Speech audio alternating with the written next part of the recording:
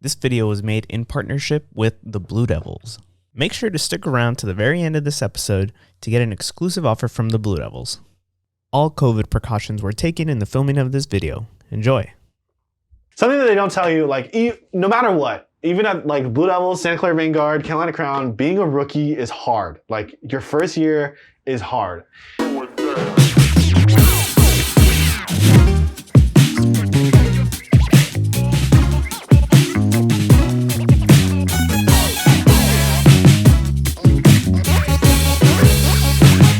On this episode, we connect with Everett Kim. Everett is a former Blue Devil drum major turned podcaster and is pursuing a career in film composing. He's excited to share all about his journey. All right, we're here with Everett Kim. We're excited to do this. Yeah, the first question's on your first puck on your left. Awesome. Okay. So it says, where were you born? I was born here in SoCal, and I have lived in Manhattan Beach for pretty much all of my life, and so that's where I'm from. That's my identity. Hell yeah, California. What was your favorite part about living in California? So, I mean, I grew up in a relatively small beach town, so I love being outdoors. I love going to the beach, and you know, especially after going on drum corps tours and experiencing all the different states in the country, I definitely want to live in California my whole life. I think that it's the best state in the country. Sorry, Texas people, but that's definitely my home. And yeah, I just love how there's everything. I can go snowboarding in the morning and surfing at night. So it's cool. It's cool. I love California. Hell yeah. Now this is important.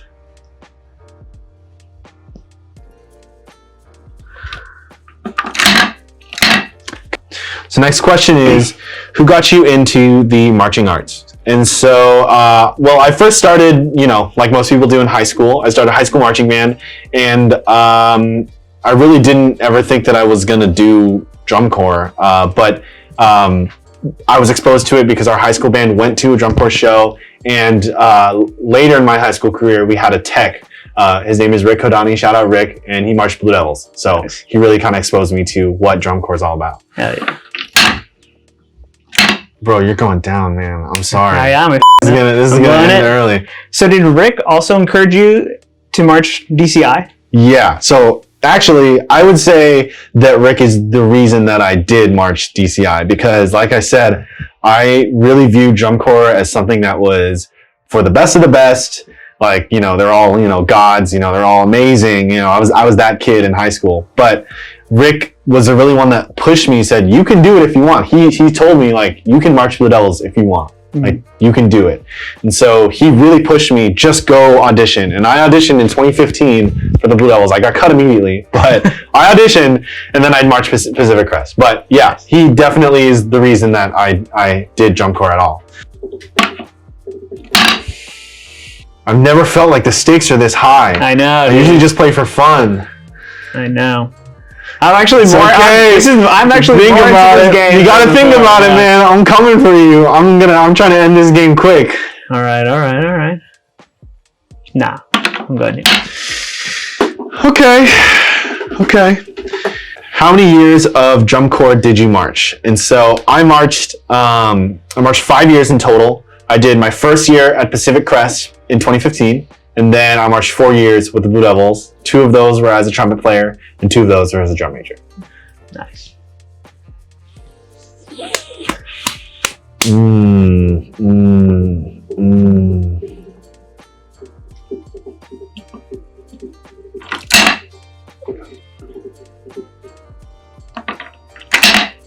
Good move. So what are BD drum major auditions like? Okay, that's kind of a hard question to answer because it's not the same every year. Their process is very, it's fluid. It just changes based on what the need is. But for my audition experience in particular, it was very different. I like at the end of 2017, literally like after the encore run, I went up to Pat, our corps director, and I told him, I said, hey, I want to be a drum major. And so then he's like, okay, cool. And then That we was didn't it. really talk about it, but like I actually got the spot way later in the process. And they were looking for another assistant drum major for the 2018 season, and they kind of couldn't find anyone. They knew they had me in the back of their head, and at the very last second, they're like, let's pull Everett onto that. So that's how it happened. Nice, but dude. it's different every year. So Yeah, that's awesome. yeah.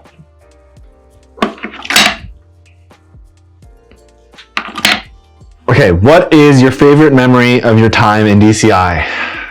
This is a super obvious one, but I would say Encore Run, either in 2017 or 2019. Both had different meanings to me, but there is really something amazing about just going out there with your friends and doing it for the last time. Yeah. And the energy is just crazy. And so, yeah, that's both of those, you know, I will remember that for the rest of my life. So what was the biggest obstacle you faced as a marching member? Okay, well, I mean, I'll tell you this. I certainly was not the perfect member all 4 of my years, and especially Pacific Crest. I had a lot to learn. Like, my character arc is very wide and it's very big. So I definitely had like an ego problem. I came into the Blue Devils like, you know, I know what I'm doing. I can do everything. And so I really had to learn the hard way that, you know, it's not about me and it's about the Corps, and I need to be more selfless in how I contribute to, you know, this activity. And, you know, that was the hardest thing to overcome, but, you know, I am so grateful for it. I always say this to everyone that, you know, I believe that my experience in drum corps has made me so much of a better person, and it's because of those hard lessons. So you got me in you got a good hold right now. Okay. How many years of WGI did you march? I actually marched 2 years of WGI, and that was in high school. Mm-hmm. And so I actually played snare in high school. I played snare in my fall season and in the indoor drumline season. So did you ever want to march an independent world group? Yeah, I definitely did. I was never good enough at snare to like actually get in, and but I definitely wanted to, and RCC was always my dream. I'm a Blue Devils guy through and through, so RCC was always a dream. And I remember watching them when I was in high school, you know, at the competitions. And actually, I was really close to marching in 2020 because I had taken off a semester of school, so I was local and I was in the area, and so I actually got the spot for the Vision Ensemble, but I had to drop out because I couldn't take another semester off school. I had to go back to Boston. Dang. So I was super close, but I'm happy for the small number of rehearsals that I did get to go to. In spirit, yes. You did it. Yeah, That's I awesome. did. Sure, why not? How have you stayed involved after aging out? So yeah, I mean, going to school in Boston for 4 years, I did not get to teach as much as I wanted to. I really love teaching. So just while I was out in Boston in the city, I just didn't really have as many opportunities. But since I've aged out, I actually started a podcast with my friends, and we make reaction videos and stuff. So that's kind of how I'm staying in touch. And I hope to teach more too, now that I'm, you know, back in LA. Awesome. So how do you balance your professional life and your interest in drum corps? Yeah, so it's pretty much separate from drum corps. I want to be a film composer, and that's what I'm studying for. I love the marching band. I love the marching arts activity. That's not the career that I want to go down. Mm-hmm. That's not the road I want to go down. So I do like to stay involved in ways, but at a certain point, I'm going to go a different way. But right now, I'm happy with, you know, still staying involved and teaching where I can and doing, you know, my podcast that I make. Yeah. But yeah. Here it is. Yep. The end. Here we go, man. The end. I did it. Good game. Cool. Good game. We'll keep it going. Yeah, we'll keep this conversation. Yeah. So what is a project that you worked on? Project that I've worked on recently was I was hired to be a composer for a little short film from a grad student from Columbia. And they have a really great film program at Columbia. And so I got hired to write the score. And that was a really cool project, and it's in post-production now. So I'm excited to see where that goes. But yeah, that's a project I've worked on. Are there any specific composers that directly inspire you? Yeah, well, an easy one, obviously, is John Williams. He's one of the greats, and he definitely wrote the score to my childhood, you know, Harry Potter and all of those great scores. So he's definitely a huge inspiration. But now I would say Ludwig Göransson is a really, really innovative composer. And he did Black Panther, Tenet, and his use of just, you know, polyrhythms and his instruments, like on The Mandalorian, is just really, really cool. And really, he's cutting edge stuff and new stuff. So he's inspirational to me. So what is a project that you're currently working on? Yeah, so right now I'm in school, so I'm working on school and finishing my undergrad. I'm in my last year of undergrad. But right now I'm also working on the Funliner podcast and the Funlinerproductions YouTube channel. And so we do a lot of we do a lot of drum corps reaction videos. And that's just a fun project for me and my friends, just to stay in touch with what's going on right now. Yeah. And it's really cool to see the engagement on it. But yeah, that's a little side project that I'm working on right now. And officially, as of like yesterday, right? There's a Facebook page now where. Oh yeah, I just we had some trouble with flow marching, but we managed to work it out, and so we made a Facebook page to also post some of the content. That's awesome. That's awesome. So, what inspired the Funliner podcast? My buddies Malik and Alan, who are the other two, you know, hosts of the show, I guess. We all marched Blue Devils, and we rode on the drum bus, which each bus has a nickname at Blue Devils, and the drum bus is called the Funliner. And so it's called the Funliner podcast because it really, you know, after shows, we always have those long bus rides. You know, every person who marched drum corps knows that. And we would sit in the back of the Funliner, and we just talk for hours into the late night, just about whatever. We just talk and just. I feel like that perfectly encapsulates what our podcast is about. It's just us guys talking, and we just talk about whatever. And so that's why it's called the Funliner podcast. That's awesome. So what is your favorite part about the Funliner podcast?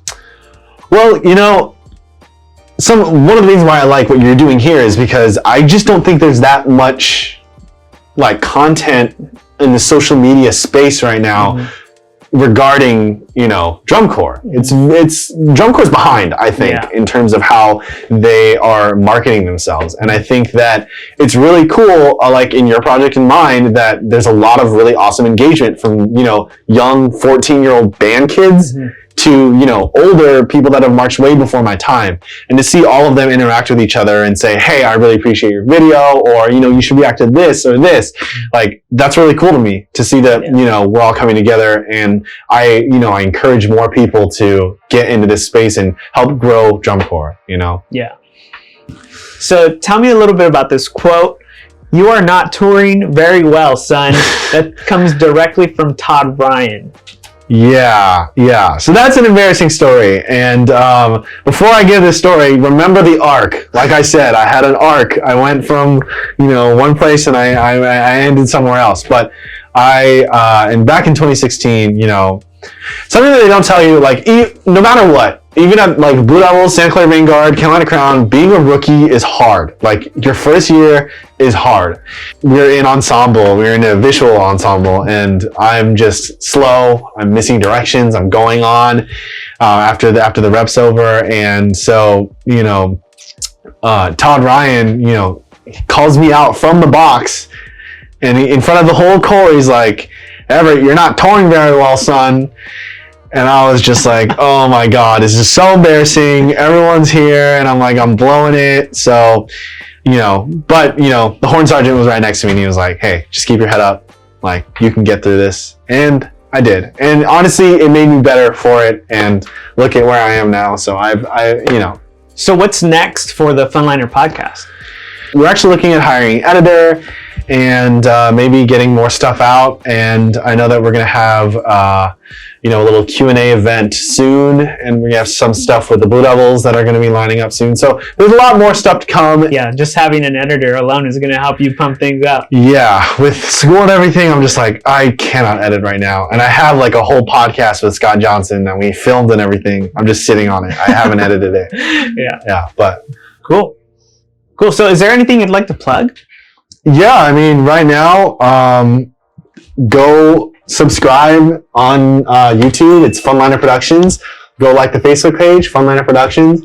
And the Instagram. Follow at Funlinerproductions. And what is your handle? My handle is E.Everett Kim. So it's Everett Kim with a dot after the E. Not very easy, but it's all I could get. And we'll throw on Malik's and Alan's. Yeah, just throw it in the post edit, right here, somewhere. But yeah. Well, dude, thank you again for the most challenging, stressful game that I've had to this point. I need a rematch. I need to brush up on my Connect 4 skills. So I'll probably send you an iMessage game and we'll hit it. We'll get at it again. But yeah, thank you so much for having me. I really love what you're doing here, and thanks, man. I hope the best. I grow, everyone follow, and everything, all that good stuff. Thanks, man. And you can do the honors and pull this little tab right here. Just pull it towards you. Thank you so much. Don't forget to like and subscribe. Check out the pastime link for more marching arts content. The Blue Devils have a lot of exciting things planned for this summer, including a trip to Switzerland to perform in the 15th anniversary of the Basel Tattoo. They gave a show-stopping performance back in 2015, and this time around, you have an opportunity to join them for the trip of a lifetime. 3 weeks, all-inclusive for only $1,750. That's way less than your average drum corps season. Just visit bluedevils.org and submit an audition video by next Monday, May 3rd. That's a week from today. Not only will you be eligible to join the corps in Switzerland, but you'll also be considered for membership with the Blue Devils in 2022. That's one audition for 2 incredible experiences. Use the code Gomez10 when you sign up to audition, and you'll get 10% off your $100 registration fee. The Blue Devils audition deadline is again Monday, May 3rd. Register today at the link in the description below for a trip of a lifetime.